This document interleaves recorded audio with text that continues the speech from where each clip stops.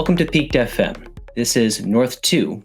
I'm your host, Korey Luna, and with Richard Hogben, we're speaking with DateNite, an amazing composer, classically trained in flute, producing electronic music and DJ sets in LA. We get into our conversation about music production, playing live sets, and working in collaboration with other musicians. Please enjoy this interview with DateNite. Give me a little bit of background on how you got into playing music, what inspired you to going from, say, playing flute or in band into electronic music production. Yeah, so I did study classical flute at the Boston Conservatory, actually. And I did like a unofficial minor, I guess, in guitar. I've been playing flute seriously, really, since like late middle school, high school. I got super into like doing competitions. I had like a private teacher and was just going the full blown like classical route. But I also picked up guitar at the same time and did like jazz band in high school and loved all the like indie bands and was like, I want to be in a rock band. And so I always had this like literally the two wolves in me. And then I went to school for flute and it was whatever. I didn't want to necessarily, but I just did for other reasons. And then I was like, when I graduate, I'm going to be in a band. And so I moved to California and I was in a band for a little called Traps. And it was like indie electronica, like trying to be Phanagram, Radiohead, of course. And throughout that whole time, I would still listen to a lot of electronic music. Like I would say Radiohead influence, of course, but like Blue Hawaii and Braids was like a huge influence for introducing me to like a world of, I don't know if nobody's familiar, like Blue Hawaii in particular, it's like electronica.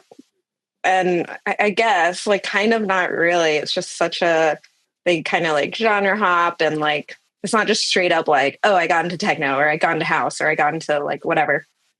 And so I stopped with the band, we broke up, and then I was like, well, I want to try my own electronic stuff in that vein. And so I would like sing, and I had my first synth ever, which was the Minilogue. I put on a Guitar Center credit card, as you do. And then, I was like, let me try like a solo project. And I got an Innovation Circuit, like the OG one. So that was like my drums. So I would like perform with like a 404 and then the Minilogue and like the circuit. And then just like over the years, I guess I've been DateNite now for like 4 years. It just like evolved from like, I guess, electronica to like COVID. I was introduced literally to like, not like I didn't know what it was before, but like actual like straight up techno, straight up house music, like drum and bass, tech house, blah, blah, blah, all those subcategories. And I was like, what is this world? And then I started DJing. And then as you do as a producer DJ, I was like, wait, these tracks are cool. Like, I want to try to write them. Like, why am I spinning other music? So that's been my trajectory. And then I went like full like hardware. And that was thanks to Trovarsi. And that was like a whole other, like, I felt like I just kept going down the rabbit hole of like electronic music world. Yeah. Very cool. So are you also using Electron now too? Yeah. So my hardware set has evolved. I was doing like computer for a while in there because I use Ableton. So I would do what I would call producer sets, and I would like sing and use the APC40, which I love. But then I started doing like full hardware sets thanks to Trovarsi. And I was able to get gifted a Syntact. And so now I use the new Digitact, the Mark II, and the Syntact, the circuit tracks, which I just love the synth engine on it. I love the workflow. Like I'll just probably always use circuits. Once in a blue moon, I'll throw in like 404 or something else. But as of now, that's been my live set and it's been working pretty great. And I like keeping it like small for travel purposes. Yeah, that totally makes a lot of sense using Electron, especially like Digitact, Syntact, Hmm. Novation Circuit. Those are very easily packable and you can just throw it in a backpack and just get going to a gig. Yeah, exactly. Yeah, I like that style a lot. How did you end up meeting Trovarsi and how did Trovarsi influence the way that you produce music? Mm. When did I meet Trovarsi? Probably like doing something with Novation because I am a Novation artist and I played for them at NAMM twice. And I think the last time I played, I just like, she introduced herself at the booth and I was like, wait, I know who you are, blah, blah, blah. And then she reached out to me like, hey, want to do a live set with me and Ricky Tinez at Gold Diggers in LA? And I was like, sure. She's like, yeah, do a hardware set. And I was like, what's that? Okay. Like, I don't do that. She's like, no, you can do it. Like, figure it out. And I was like, okay, cool. And so that was kind of that trajectory. And then, yeah, just anytime I've played with her on bills, which is so cool. I'm so grateful. Like we've done Techno Market and then, yeah, the AI event. Yeah, she's been super inspiring, I guess, for me to like lean more into like techno in particular, especially doing hardware because it's just so like on the nose, but in a good way. Yeah. Very cool. Though, and I've been listening to your Bandcamp page, which I think it's maybe hasn't been really updated since maybe 2024, but Yeah, probably. which is still relatively recent. But Hmm. I was listening to the progression of your style of going from say like from like 2020 and to 2024 and how it's changed a little bit where it goes from like four on the floor techno Hmm. into melodies and you've got this nice mix going on and you're working with other DJs and producing and I think you've got a bunch of singles now where there's a singer on one of them and I was curious about how do you feel about the progression of your style and where do you see it going?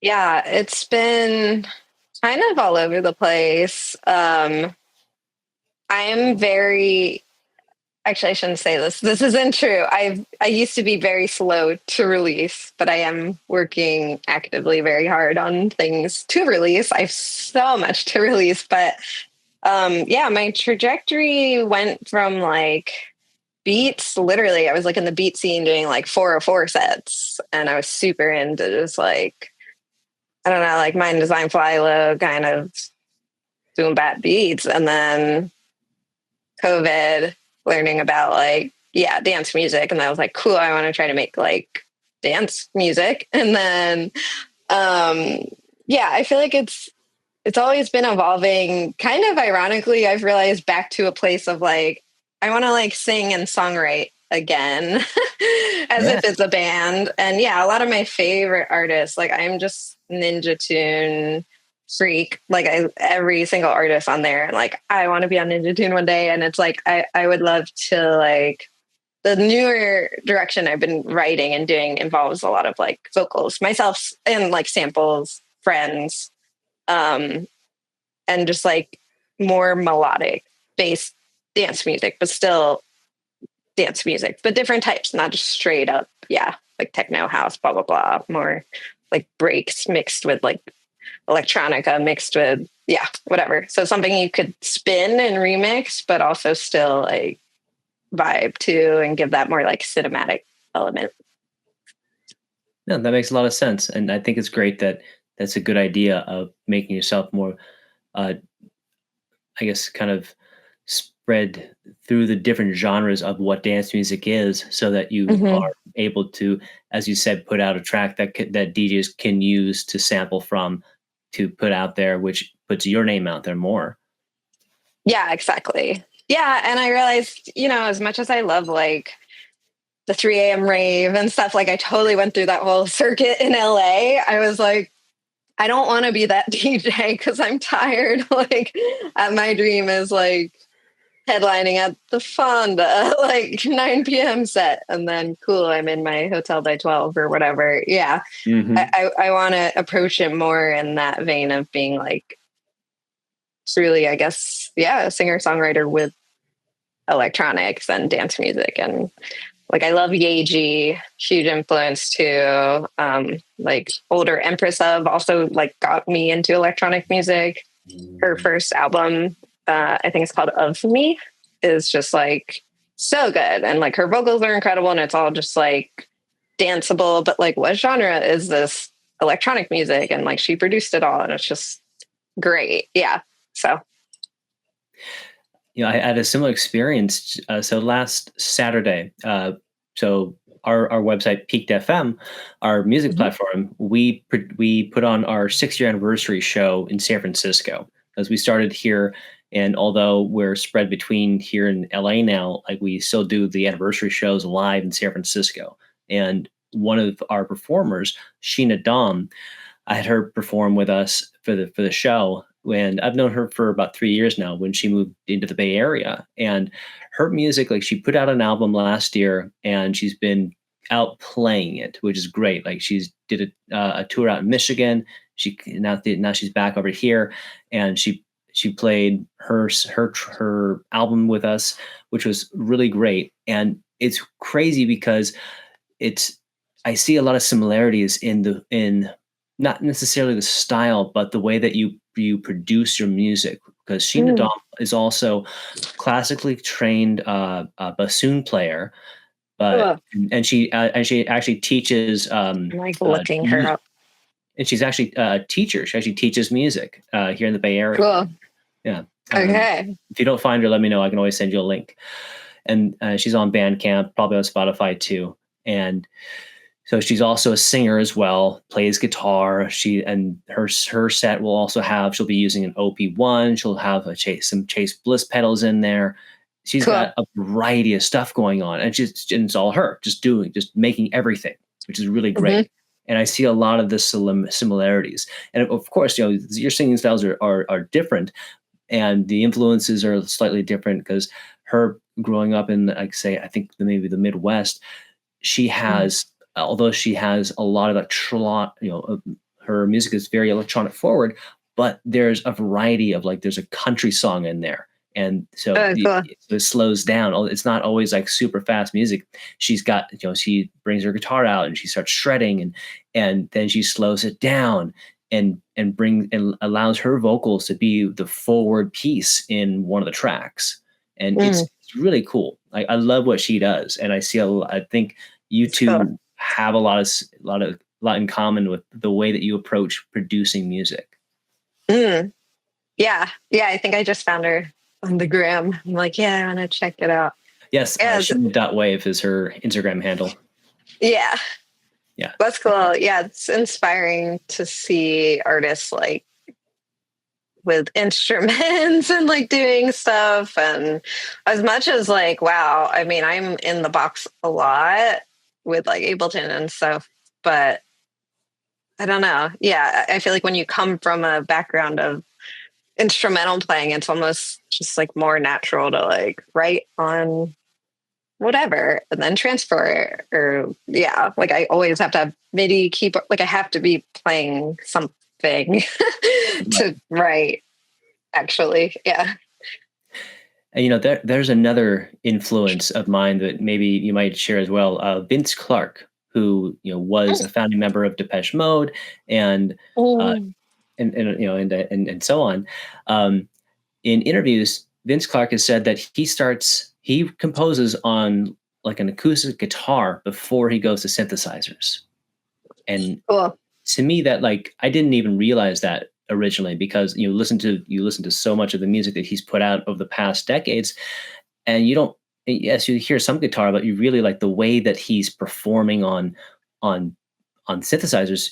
You wouldn't really necessarily think that's on a guitar, but Right. but when you think about, when you go back to it, and if you go to the way that you would compose music originally, that does make sense, of like starting out on an analog instrument or like an acoustic instrument and then going into an electronic instrument? Yeah, of course. Yeah, I actually had that idea from St. Vincent, where Yeah. totally makes sense. She would like write, actually opposite. She would do like synth stuff, but then like learn it on guitar. And I was like, that's so cool. Like, because then it feels like it's like expanding her way of writing, because it's, which I find that's true. Yeah, especially guitar, it can be so like pattern based. You can just get in habits of like, okay, always do these chords or whatever. But so it's like she would like write on like Moog stuff, whatever, and then like transfer it to guitar. And then it's like, whoa, I feel like that's also part of her just composition and sound of why it's so cool and unique. Yeah. So, and that's, it's amazing. You mentioned St. Vincent. I was just listening to St. Vincent yesterday because over the past weekend, I bought a new electric guitar and it's a clone of St. Vincent's guitar. I've always wanted one. I wanted it in stealth black. Let me see. I got mine in blue. I'm like, what? Oh, yeah. Cool. Incredible. Oh, wow. That's great. Yeah. Is it great? Like, does it feel It's so fun. good? It's solid. Yeah. It's a pretty heavy guitar. Like it's actually the body is a little bit bigger than I like, but it Mm, actually fits really nicely. And like it's one of those. It's really well balanced. Like I can let it go, mm. and it stays where I would need it to be. Yeah. Cool. So Yeah, I remember playing them actually at NAM. That was like the first time I got to play one cool. at the Ernie Ball booth. Yeah, and I was like, I want this guitar one day. Like, I feel like that's like the only time I would rep, like, I'm not into like signature gear of people, right? Because it's just Yeah. like, like this Dimebag Darrell guitar. But I'm like, I would get that guitar. Yeah, like it Yeah. just looks. Yeah, it's got the action's great on it, so it's you could easily like just shred on it. You can Mhm. or just hammer on the neck, which is nice. Nice. Yeah, maybe one day. Yeah. So I saw that you had you were on a couple of compilations. It was Sixth Street Records, was it? You've got a Mhm. track on there. I was curious. Could you tell me about how you got on that compilation? Yeah, so that's a bunch of LA local producers, and my friend must have been through Sean. His artist name is Dead Sean Kennedy. We've done shows together, yeah, for like years. Like I met him in like Beat Scene. We used to do like Beats Freaks Geeks together, which is a really cool LA collective. And they have shows with like beat people, but also like other stuff. Like I used to do like, it's a good place to like, I would like try out my like singing electronica stuff, and they're super down. It's a great community. But yeah, him and a friend were like throwing it together, and then I think he asked me directly. It must have been. Um, and then, yeah, they actually printed vinyl, and we had a little release show, and that was cool. So, yeah, mostly just like being in the LA scene. Excellent. So it sounds like people are able to recognize the talent you have with your style and just inviting you on to be on compilations. Yeah, I mean, I always appreciate it, especially because I haven't released that much, but I have a lot. And like the song on there is like something I wrote probably like 2 years ago that I would like spin a lot when I was DJing more. And then I was like, I should release it. And I was like, oh, it'd be perfect for this comp because it's all like high tempo dance music and all. Um, so yeah, I like doing compilations because it's a good way to just like keep the community going with music scene, especially. I feel like it's so important, especially now, because it's just like, I don't know, we all have to have each other's backs, really, especially at like this level and stage of like producing and artistry and everything. Yeah. No, I definitely agree with that very much so because being with what Rich and I have done with Peaked, starting as a meetup in San Francisco back in 2019, it was something that he and I were both very much inspired to do because we had been already involved in like I was going out and I was either an audience member or I would be performing between around like 2018, I think is when I really started going out and started playing again. And there was like Resident Electronic Monthly in San Francisco, and then there was Resident Frequencies in Oakland. These were both like, kind of like sister electronic music meetups that you could like go and sign up. It was like an open mic kind of style that if you, I think one of them you had to like book it ahead of time, but the other one you could just kind of whoever showed up within the first hour to sign up by 7 o'clock. That's who's playing, and and that was a cool. And for me, that got a lot of it gave me a lot of exposure to who's out there, who's performing, and it gave me such a great environment of community out here in the Bay Area of all these wonderful people that I have so much in common with that I had never met before. And it was something that it sounds like you have also found something very similar in LA, where you have been able to go to the communities of where people are performing and make friends and help each other out. Yeah, it's so easy here in LA, especially to like, I don't know, even though it's such a big city, obviously, whatever. And it's like everyone's a DJ, everyone's a musician. It can get really like cliquey and like separated. I don't know, it's weird. But so when you do find those groups of people that you click with, yeah, it is so important to just like stick together really. And like, yeah, it's been cool lately. I've been hanging with like band people more, like people in bands. Like I just spun for a friend, her band's called Softer, at a cool like DIY venue called Non Plus Ultra.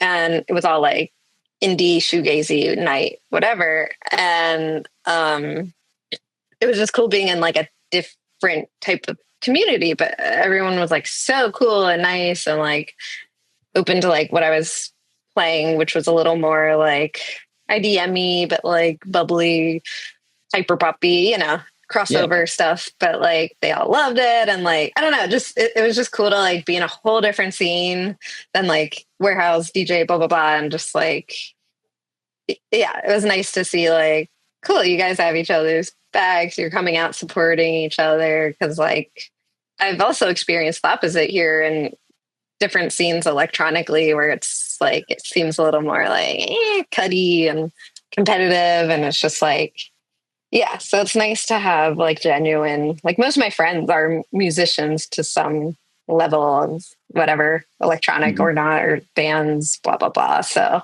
I feel like naturally I'm just like drawn to those people, which is cool, and there's a plethora of them here. But yeah, just like anything, I feel like it's also like personalities and what are your like bigger goals, and just, yeah, helping each other out.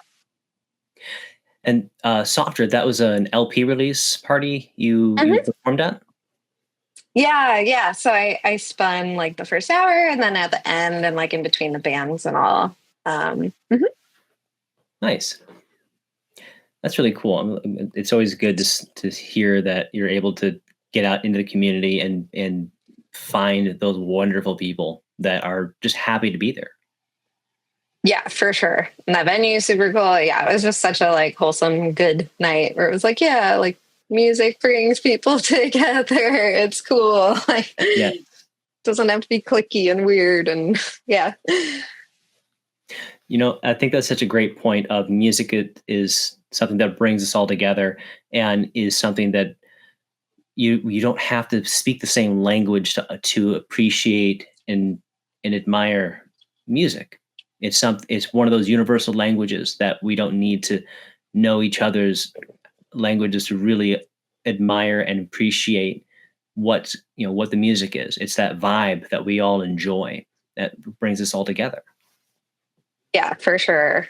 I feel like just naturally, like, because I like so many different types of music, like I just genuinely love music so much. Like I don't just listen to electronic music or even indie. Like I love jazz. I love R&B. I love a lot of rap. I love like anything. Like one of my favorite albums I have is like I think it's from the 70s. It's like a Japanese jazz guitar album that I got from like a friend's dad who worked at like a music library, whatever, like on vinyl.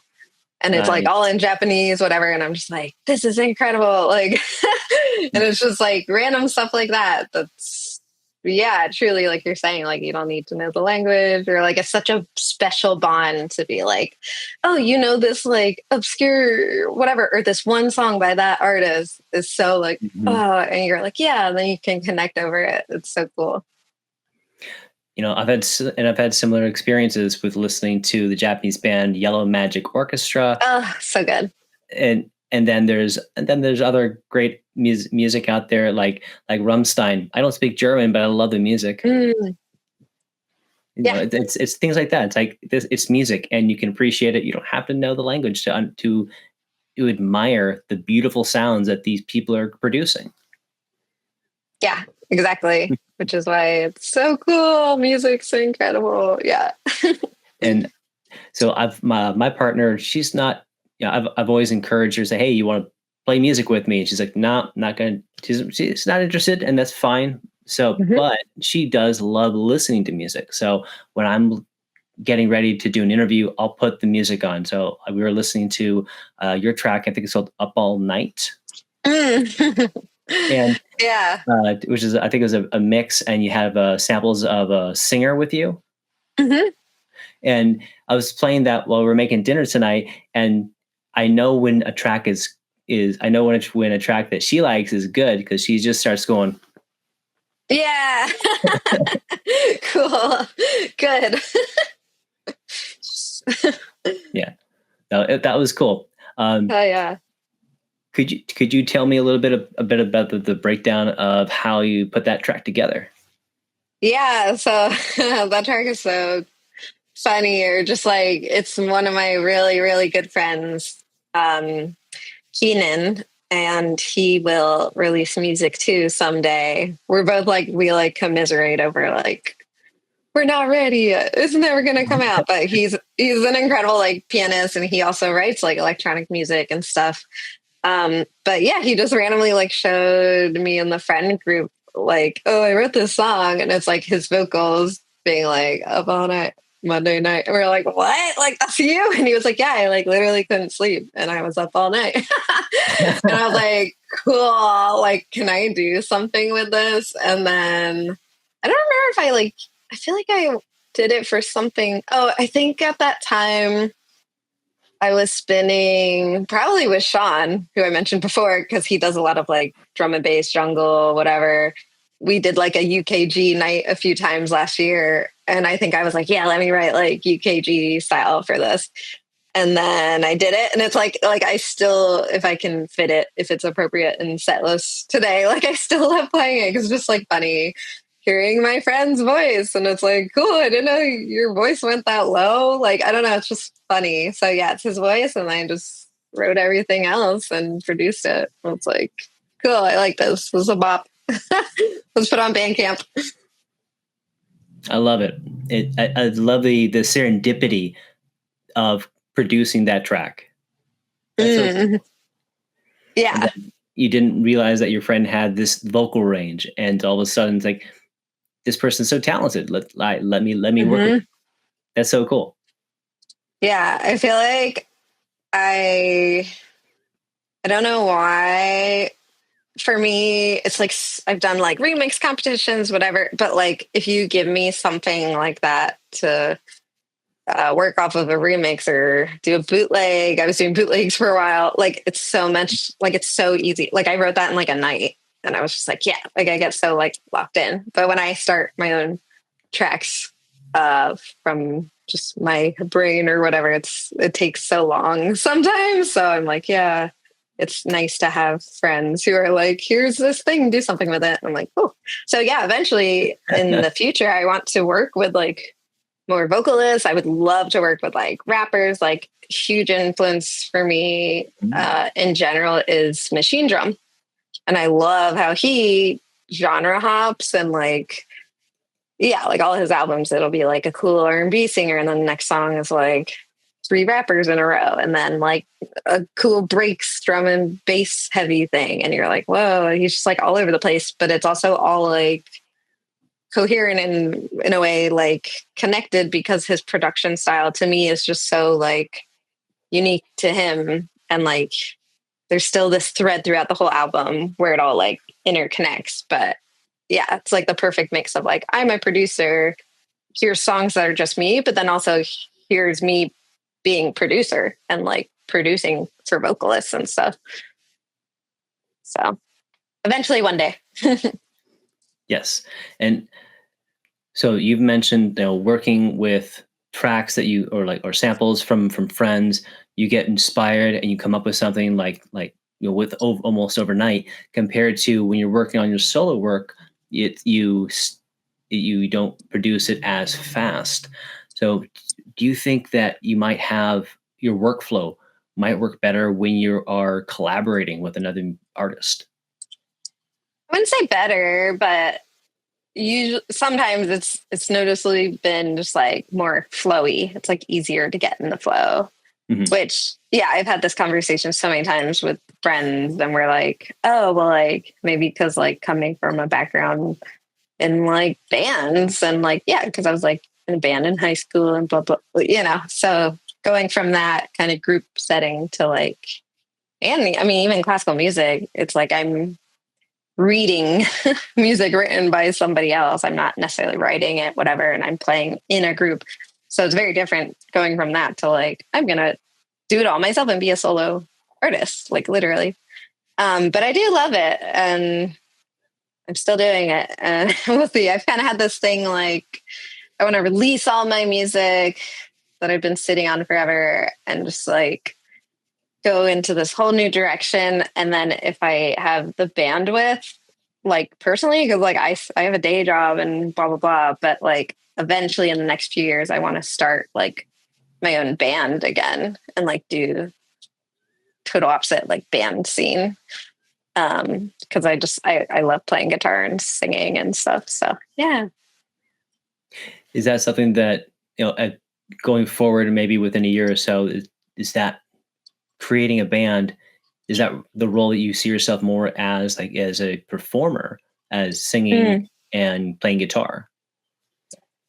It's hard to say. I feel like I've like reached that itching point where it's like, all right, I want to hop to that now because I just love all music and I want to do all of it all the time. But that's why I'm like, I'm still dedicated, obviously, to like DateNite first. And I want to give those tracks like their full dues of like, yeah, I wrote them and they're great and I should release them. And I would love to like perform them and go on tour and everything else. But yeah, I've been drawn to like guitar writing and stuff this past summer, and just like, it'd be fun to write with people again. So who knows, maybe a band, or even like expanding and like doing like a duo project would be fun with electronics. Like once in a blue moon, I've done like, I don't know, like a back-to-back with someone, or like once with a friend, I did like live hardware together. And like, that was super cool and very different.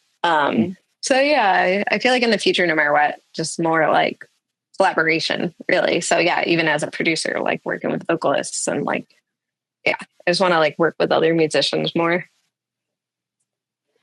I think that's gonna make I think it's a good idea. Yeah, it's fun. Yeah, it is. I think it really makes all of us better, and gives us an opportunity to create music that we probably wouldn't have made if we weren't working with someone else. I agree. Yeah, for sure.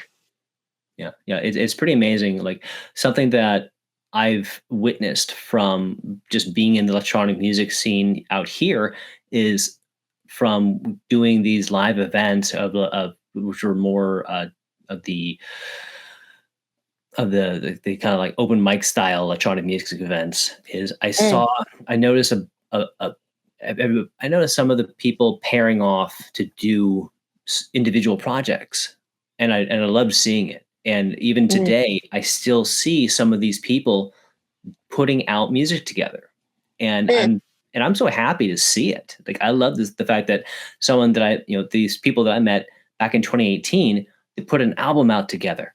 That just like earlier this year, like that's so cool. Like I'm always happy to see that. That's so cool. Yeah. I think that's special. And like, yeah, if you like, I feel like I haven't found it yet, but I feel like you can have your musical counterpart, just platonic, like whatever. And it's just, yeah, when you click together. I mean, I always think of like, I don't know, a lot of favorite stuff could be duos. I mean, like Daft Punk. I'm just like, I don't know. Literally, like I'm like Magdalena Bay, like whatever, or just bands. And yeah, of course there are people who do it all, and they're incredible. Like I love Fortet forever, but even like him working with like Fred again and Skrillex and blah blah blah, and it's like that's cool. Yeah, they probably made stuff they would never have made otherwise because it's such different influences coming together. So yeah, I think artists maybe in that way should be collaborating more to create stuff that they probably wouldn't usually. One of my favorites is Faye Webster and Lil Yachty. I don't know if they did a full album, but they did at least 2 tracks together. And like, it's so good. And it's just like, whoa, you would never think maybe whatever, but why not? Yeah, it sounds great. Yeah. There's I think it was a duo. This is a long time ago now, but I believe their artist name was Rat-a-tat-tat. And it was just 2 I guys. remember that. And there's like 2 guys in guitars, but they made them sound like synthesizers. It was so amazing. Yeah. That vibe is super cool. Yeah. Yeah, I guess I need a duo now to make something crazy. Yeah, that'd be cool. I think it'd be awesome to see. Yeah, one day. Taking applications. No, I'm just kidding. It'd probably be someone I know. Do you ever get together with friends to just jam for fun?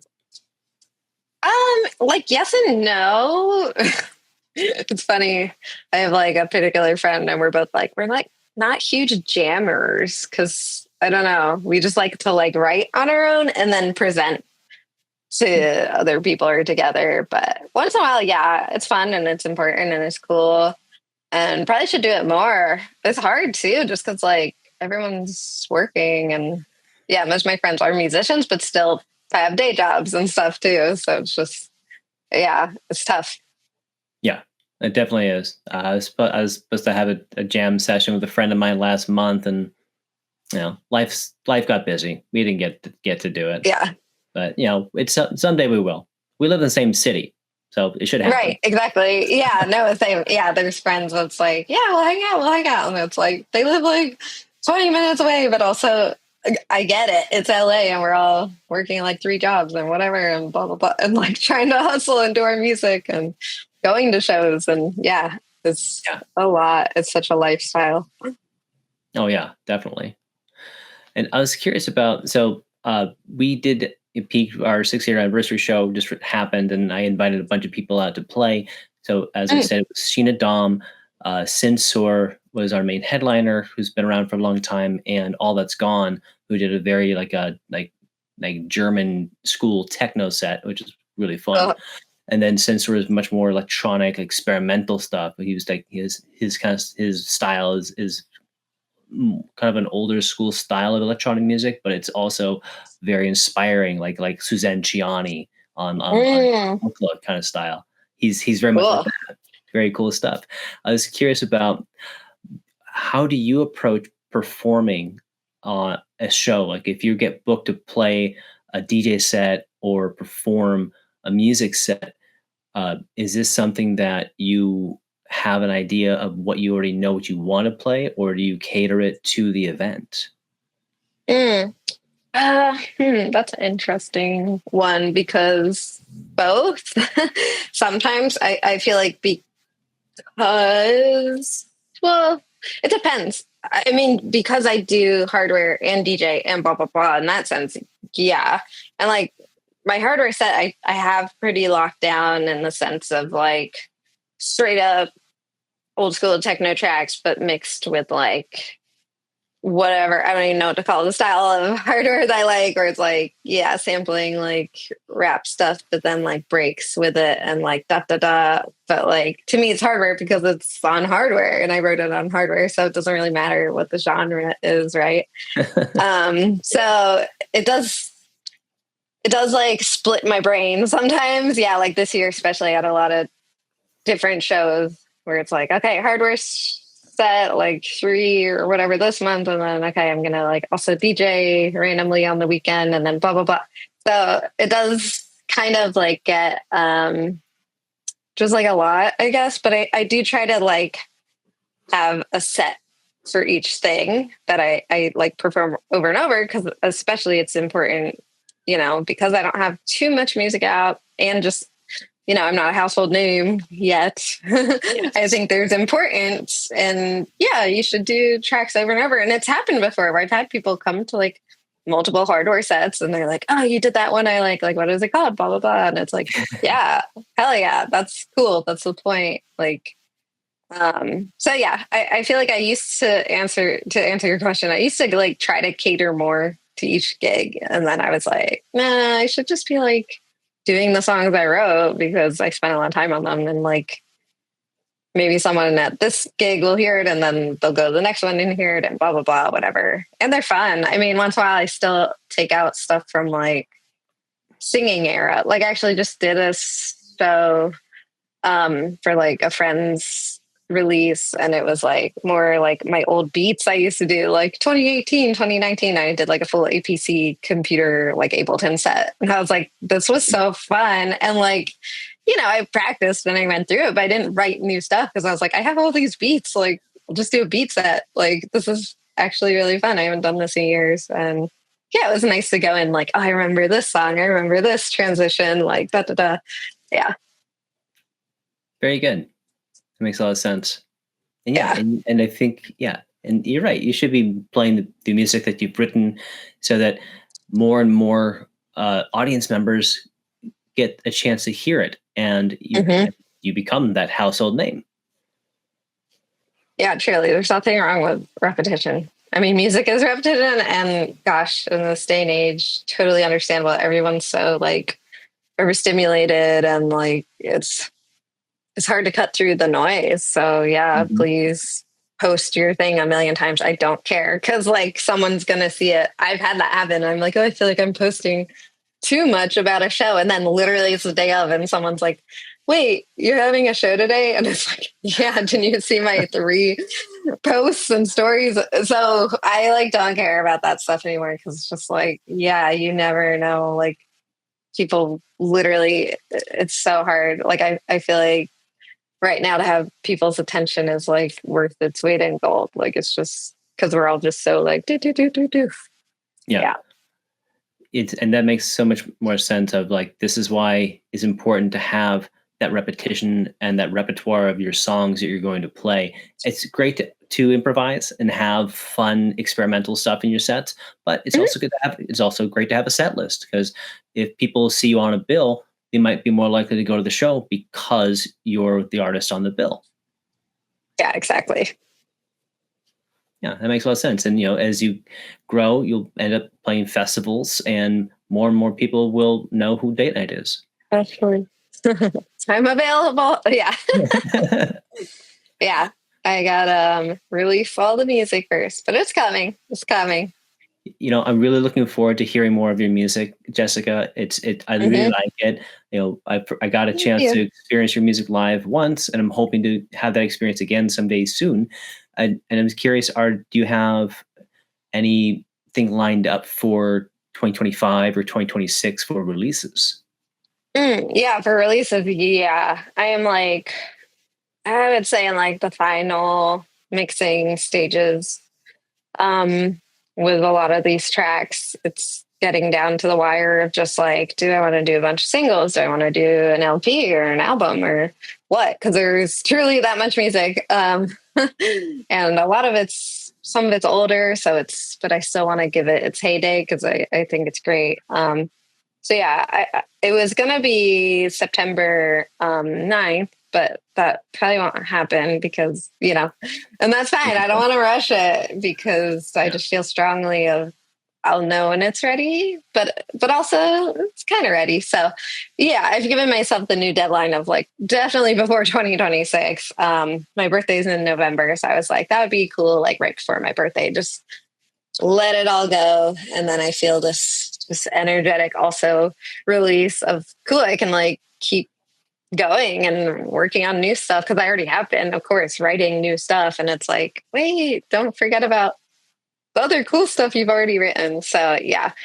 be on the lookout, socials, everything. And this is like not just Bandcamp, like streaming services, of course. I'm a big Tidal girly now because Spotify is horrible, but for the sake of access, I'm debating putting my stuff on Spotify, but for sure Tidal, Apple Music, YouTube, blah, blah, blah, Bandcamp, SoundCloud.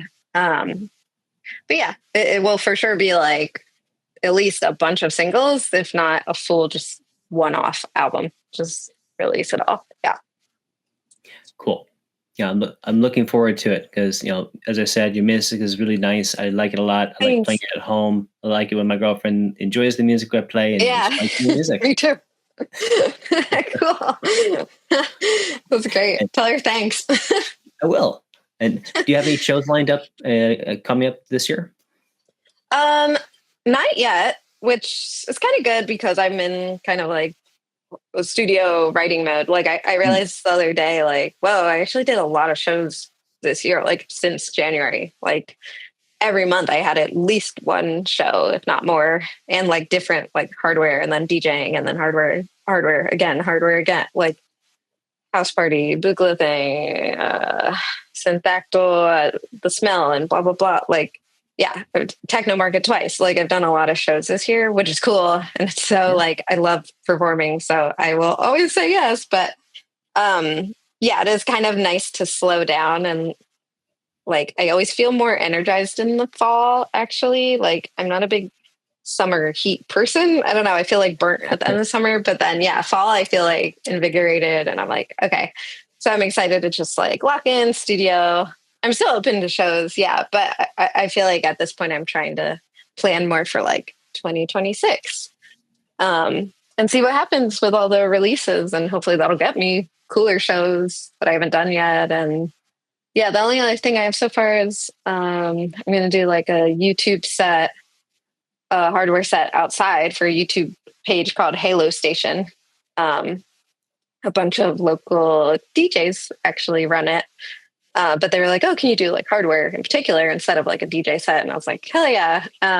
But so yeah, hopefully we're going to do it like, I don't know, literally in like Griffith Park or Elysia, like somewhere like in LA, outside, on site, which is like so up my alley. Like if I can do more of that, yes. Like I actually just applied for a residency with the National Parks Foundation to, if I won, I would get to go to Hawaii Volcanoes National Park and be able to compose and write there for like all of April and then perform. Yeah. And I'm just like, okay, like literally my dream. Like I want to write music in nature and sample nature. And yeah. So that's also my MO for 2026. I just want to try to find all these residencies and like apply. Cause yes. I don't have money for that. So if someone can pay me to go to the national park and write a whole album, please. Yeah. That's like a dream come true. Yeah. Good luck on the residency, Jessica. I really hope you get that. If you get that, that would be so cool. That'd be amazing. So cool. Yeah. Yes. I've always wanted to go there anyway. Like I've never even been to Hawaii, nonetheless, the park. So I'm like, yeah, that would be incredible. Yeah.